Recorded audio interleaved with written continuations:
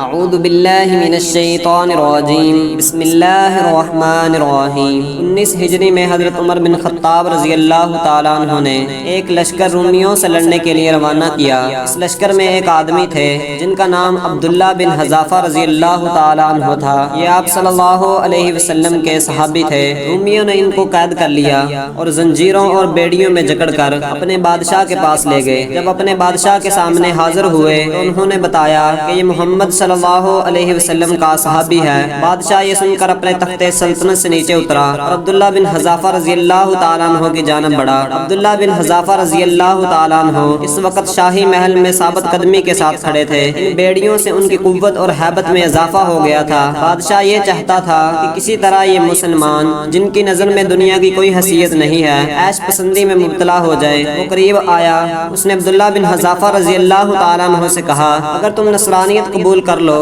تو میں تمہیں اپنی بادشاہت اور سلطنت میں شریک کر لوں گا۔ حضرت عبداللہ بن حذافہ رضی اللہ تعالیٰ عنہ نے نہایت ثابت قدمی کے ساتھ جواب دیا اگر تم مجھے اپنی تمام دولت جس کے تم مالک ہو اور وہ تمام دولت جس کے عرب والے مالک ہیں دے دو اور مجھ سے کہو کہ تم دین محمد کو چھوڑ دو تو میں ایسا کبھی نہیں کروں گا۔ بادشاہ نے تیز لہجے سے کہا اگر تم نہیں مانو گے تو ہم تجھے قتل کر دیں گے۔ حضرت عبداللہ رضی اللہ تعالیٰ عنہ نے کہا کہ تم جو چاہو کر لو۔ بادشاہ نے حکم دیا کہ ان کو سولی پر لٹکا دو۔ تیر اندازوں کو کہا کہ تم اس کے ہاتھوں اور پاؤں کے قریب ہو کر تیر برساؤ۔ چنانچہ تیر اندازوں نے حضرت عبداللہ بن حذافہ رضی اللہ تعالیٰ عنہ پر تیروں کی بارش برسا دی۔ دوسری طرف بادشاہ انہیں عصائیت قبول کرنے کا کہہ رہا تھا لیکن ان کی سزا سے ان کے ایمان میں اضافہ ہی ہوا۔ پھر بادشاہ نے حکم دیا کہ انہیں نیچے اتار دو۔ چنانچہ نیچے اتارا گیا۔ پھر بادشاہ نے ایک دیگ منگوائی اور اس میں زیتون کا تیل ڈالا۔ جب وہ خوب گرم ہو کر تپنے لگا اس نے دو مسلمان قیدیوں کو بلایا۔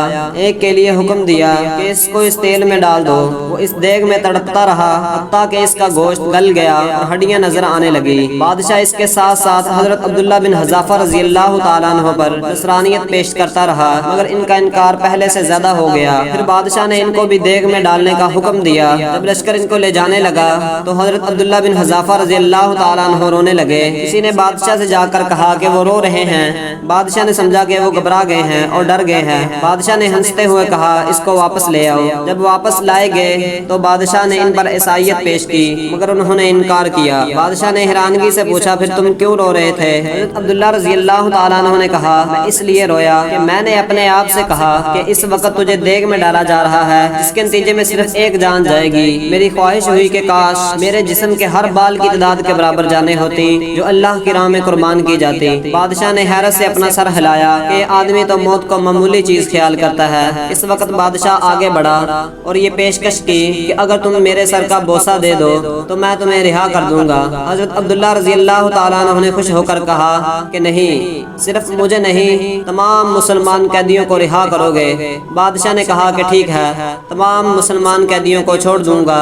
حضرت عبداللہ رضی اللہ تعالیٰ عنہ کہتے ہیں کہ میں نے اپنے دل میں کہا اگر خدا کے اس دشمن کے سر کو بوسہ دے دوں اور سارے مسلمان قیدی رہا ہو جائیں گے تو کوئی حرج نہیں۔ چنانچہ حضرت عبداللہ بن حذافہ رضی اللہ تعالیٰ عنہ آگے بڑھے اور اس کے سر کو بوسہ دیا۔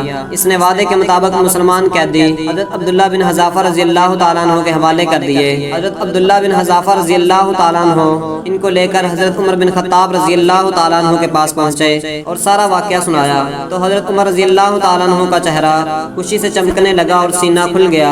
پکار کر فرمایا ہر مسلمان پہ لازم ہے کہ وہ عبداللہ بن حذافہ رضی اللہ تعالیٰ عنہ کے سر کو بوسہ دے اور آغاز میں کرتا ہوں۔ چنانچہ حضرت عمر رضی اللہ تعالیٰ عنہ اٹھے، تھوڑے سے جھکے اور عبداللہ بن حذافہ رضی اللہ تعالیٰ عنہ کے سر کو بوسہ دیا۔